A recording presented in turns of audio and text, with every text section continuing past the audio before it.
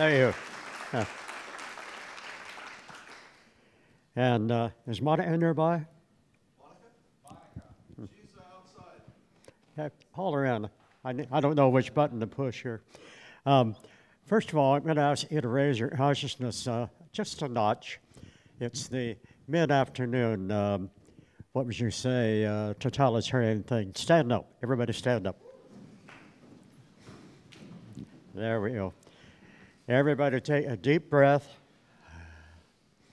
Stretch. Don't touch your neighbors. Okay, sit down. Thank you.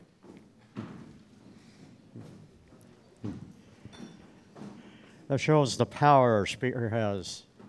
Why would you do that? So, but it is good for you.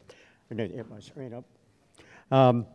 Also, now a question. How many in the room would consider yourselves, honestly, to have above average intelligence? Okay? 3 over here, 100 here.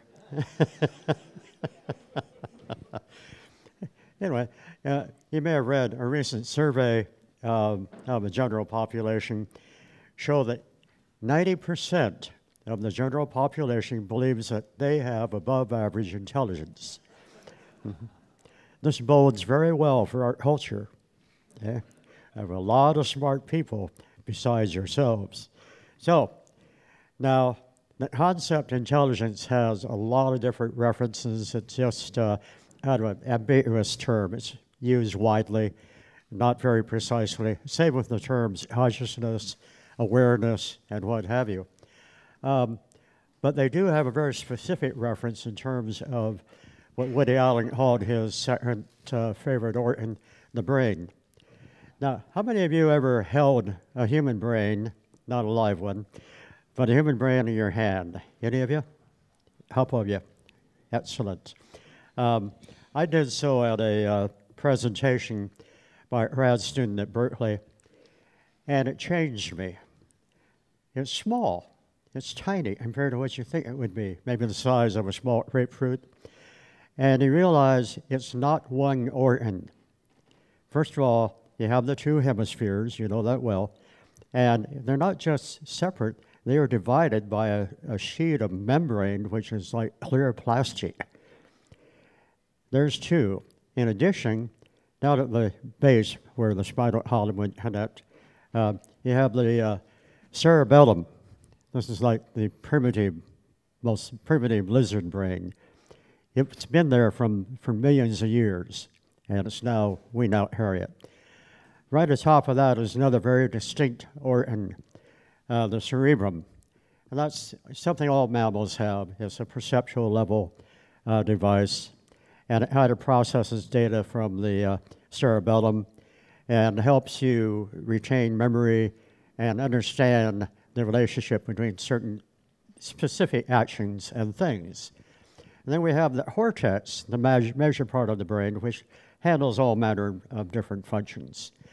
And then, most interestingly to this audience, I would think, is the frontal cortex, but not just the frontal cortex. Right up here, we have the orbital cortex, which is where most of your actual thinking takes place. All the rest of the stuff is support material. But your actual thinking mechanism, the orbital cortex, about the size of a silver dollar, is where you plan, you think, you question, you form abstractions, and so forth. I'll show you a few images here, I hope. There's one. There we go. So there's kind of an idealized image of what you are. And what you really are is a combination, not only the background stuff, all your memories and so forth. Also, you have this whole nervous system throughout your body. You have peptide communication. You have all that stuff.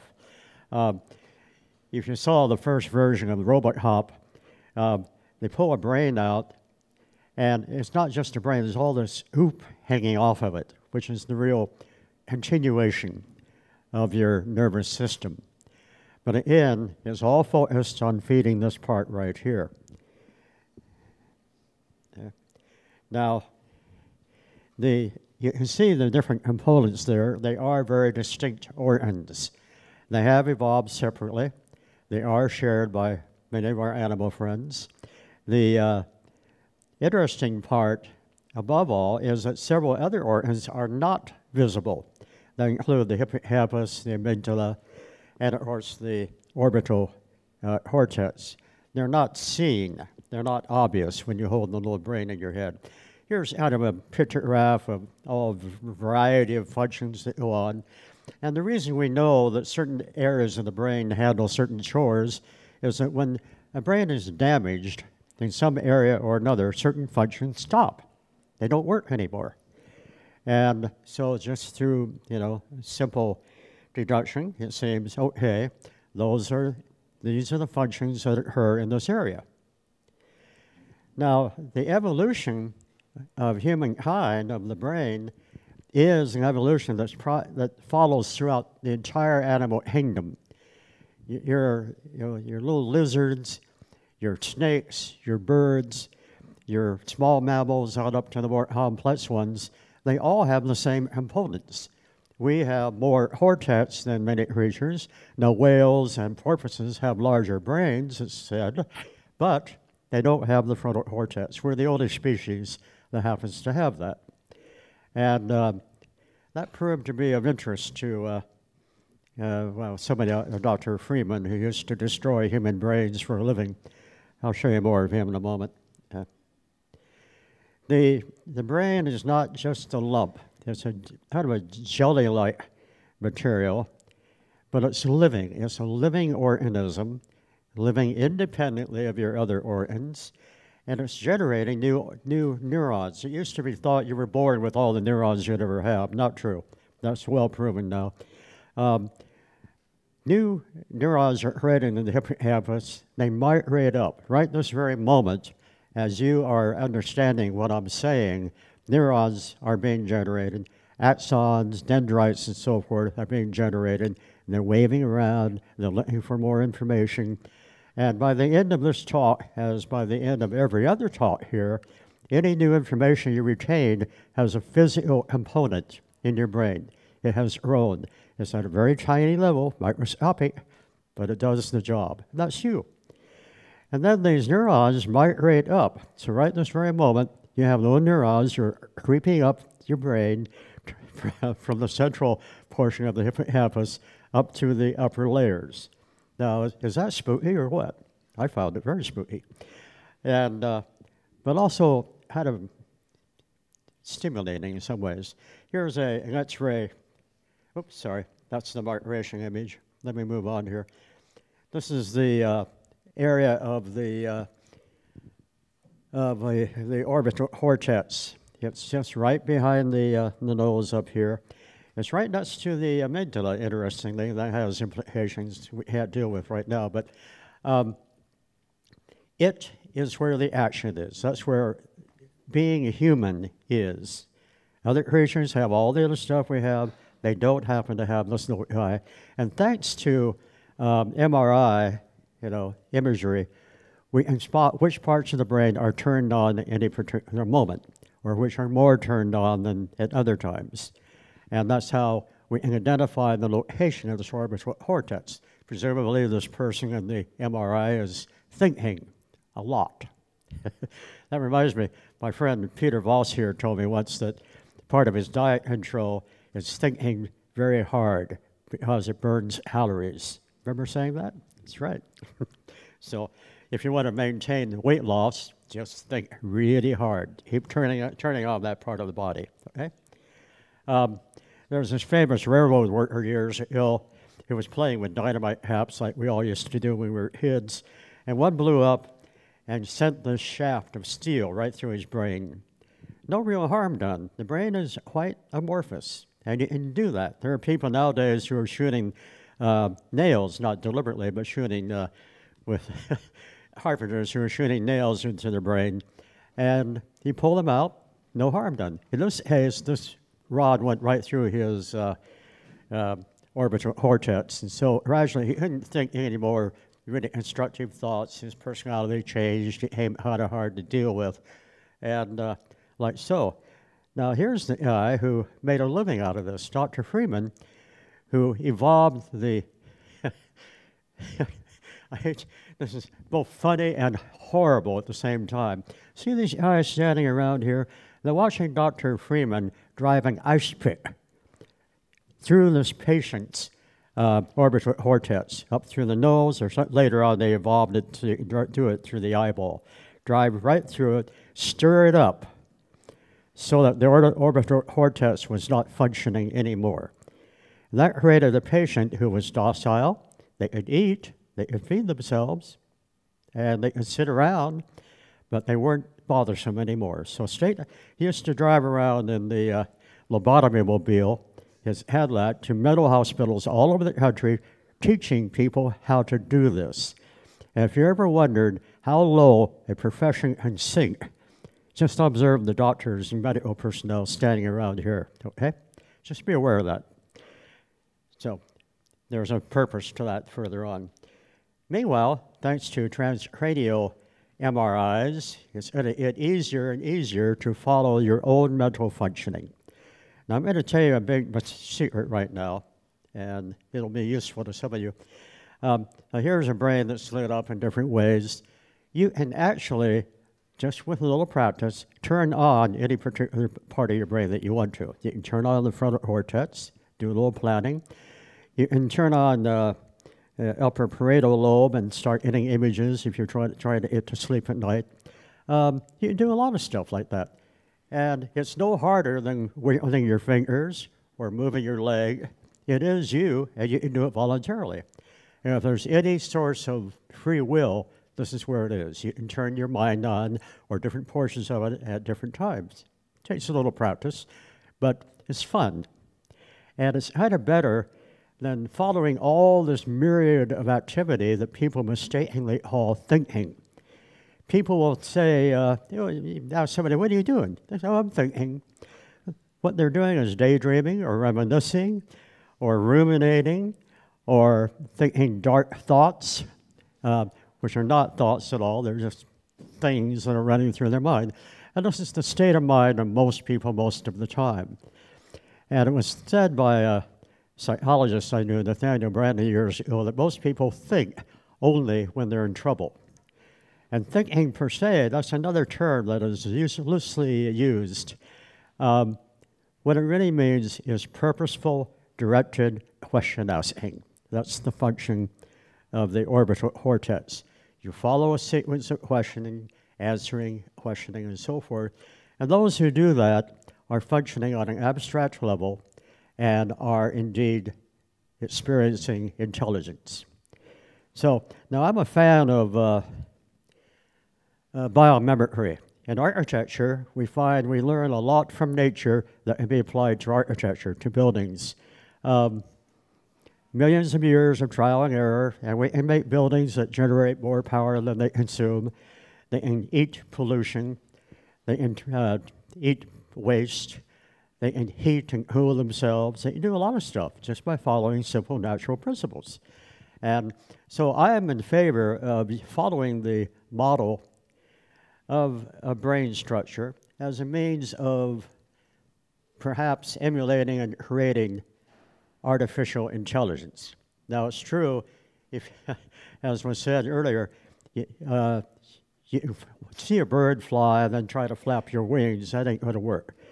But it gives you a model. And for example, even though the brain contains roughly 100 billion neurons, and the orbital cortex is a lot less than that. So I'm going to suggest that next time somebody dies, who you know, have their brain preserved, hit that orbital cortex out and hand it over to somebody with an electron microscope.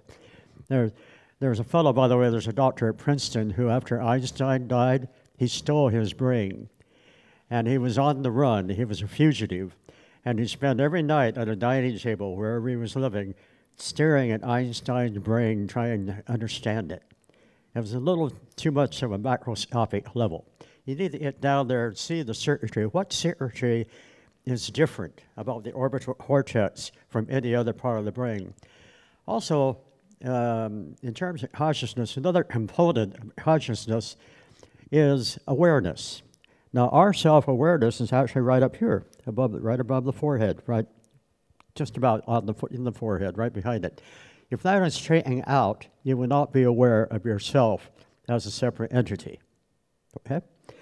So you combine all the southern nervous tissue, the various neural circuits, conduits, and what have you, combine them with self-awareness, combine them with the orbital cortex, you have a pretty good model of what a functioning artificial intelligence might be like.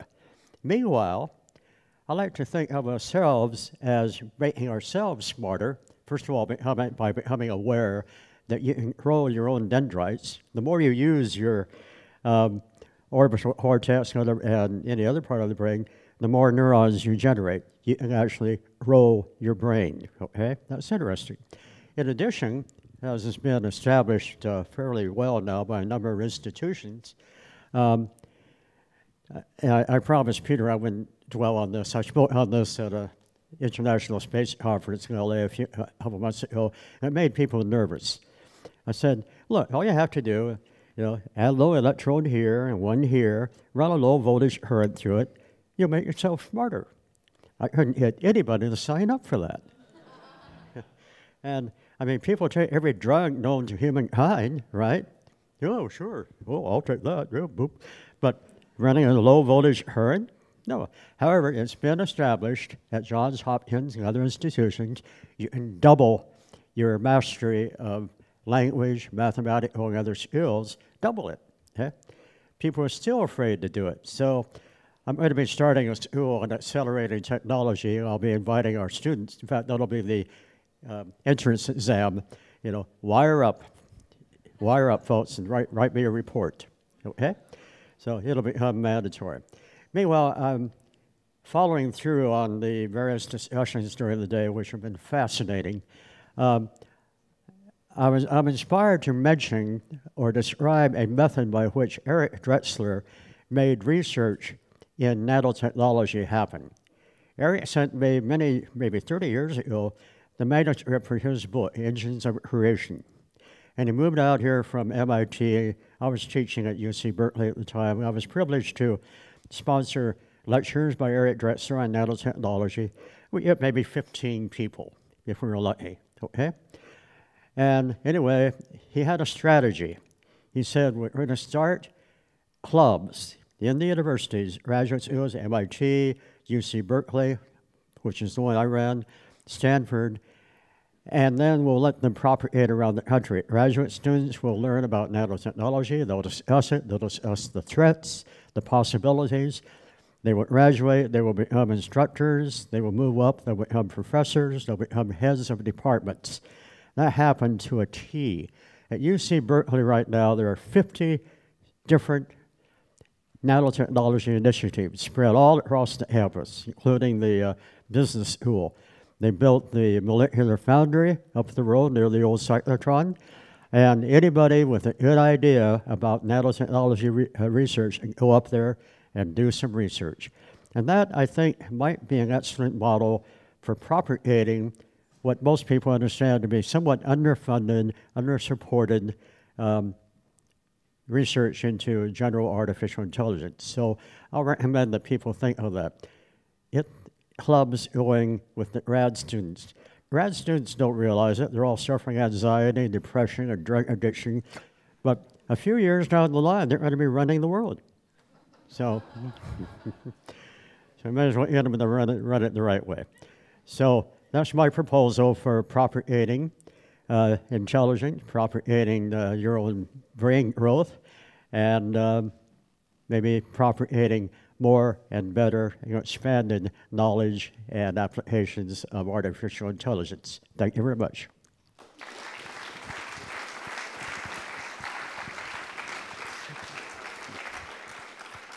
Shall I do a question or two? You've got a question. Let's hear it. Thanks for speaking. Thank you. So I have a focused TDCS device. What? Yeah. Oh, over yours. Okay. Hello? Yeah. So how safe is TDCS and TMS, specifically using TMS every single day to boost your executive function, or use TDCS devices like the Focus or other ones at home to boost your abilities, whether it's savant learning, etc.? Yeah, don't know. Thank you. Would you recommend them to? Oh, yeah, to some yeah. friends? Yeah. I was all learned from that.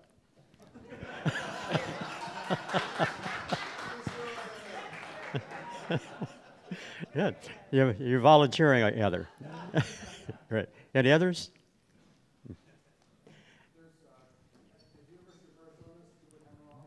I'm sorry. Oh, he does. Okay, great. Okay. All the way back, please. I was discussing with some other people the fact that I'm very dubious about artificial technology as long as there's no sense organ. And I was wondering, since you're so familiar with the brain, what type of sense organs would be required? And also, they were talking about action and reality Very. in order to actually ever make that viable. Excellent question, because, you know, artificial intelligence, as it evolves, will be a very useful tool, problem solving. It'll be able to scan, zillions of possible options and try to solve a problem. And it'll just be a friendly problem solving device. But for it to start to achieve self-awareness, which is fundamental to consciousness, then it has to have sensory organs or something equivalent to it. It has to have some interaction with the world around us. And in other words, it needs to have the equivalent of a cerebellum, and then perhaps the equivalent of a cerebrum, and so forth, and the equivalent of a hippocampus and what have you, amygdala, in order to interpret sensory experience, and interpret it as for me or against me. Whether it should have hormones or not and start getting upset and angry and pissy, that's another issue. But I think ultimately, yeah, it'll have to have impotence, sensory impotence. And there's one thing about, like, nanotechnology, there was no way it was not going to happen. Eric Drexler just made it happen. He just made sure it did happen, and and he accelerated the process. General artificial intelligence and conscious entities other than ourselves will occur. It's a question of how many people get on the stage and actually work on it. And with sensory apparatus, that'll be almost the final stage. There is one other thing. Our brain, our two main hemispheres do talk to each other. They are separate, but there's corpus callosum nerve tissue between them. So one reason why we're aware is that we can talk to ourselves. Each half of the brain can actually function completely independently. If you snip the corpus callosum, you have two brains functioning simultaneously, and sometimes arguing with each other. I want to go to the movie. I don't feel like going to the movie. Yes, I remember. But so, being a married couple. So we may want to have that type of division too, so that the brain, the artificial intelligence entity, can be aware of itself and its various components, and then start to add to itself. Maybe catalog, go to Amazon, order more sensory devices, stuff like that. I'm sure they will do that. Any final question? Anybody? Yes. I'm sorry. Somebody will have to speak up. Microphone coming down the line. Okay, here we go. Switch coming on. Are you saying that as an infant to adulthood to end of life, someone could actually completely alter their brain structure? Yep. Think of it. Now, remember the old sci-fi images of evolutionary humankind? They have big foreheads. Somehow, somebody intuited that maybe that's the way we're going to go. We're going to have more orbital cortex tissue. We need more, we can use more, and we can probably stimulate it in children, maybe through electrical means. We're not going to do that, but that'd have to be their choice. Maybe when they're 18 of age, then they can choose to wire up. But then they can change their brains. So And we change people's brains all the time, but not electrically. It's not polite. Yeah, yeah, yeah. One final note, by the way, it occurred to me to just mention this. In the MRI examinations of real criminals, I mean hardcore killers, robbers, rapists, and all that, generally speaking, they don't have a orbital cortex. They don't think, for what it's worth. All right. Thank you all.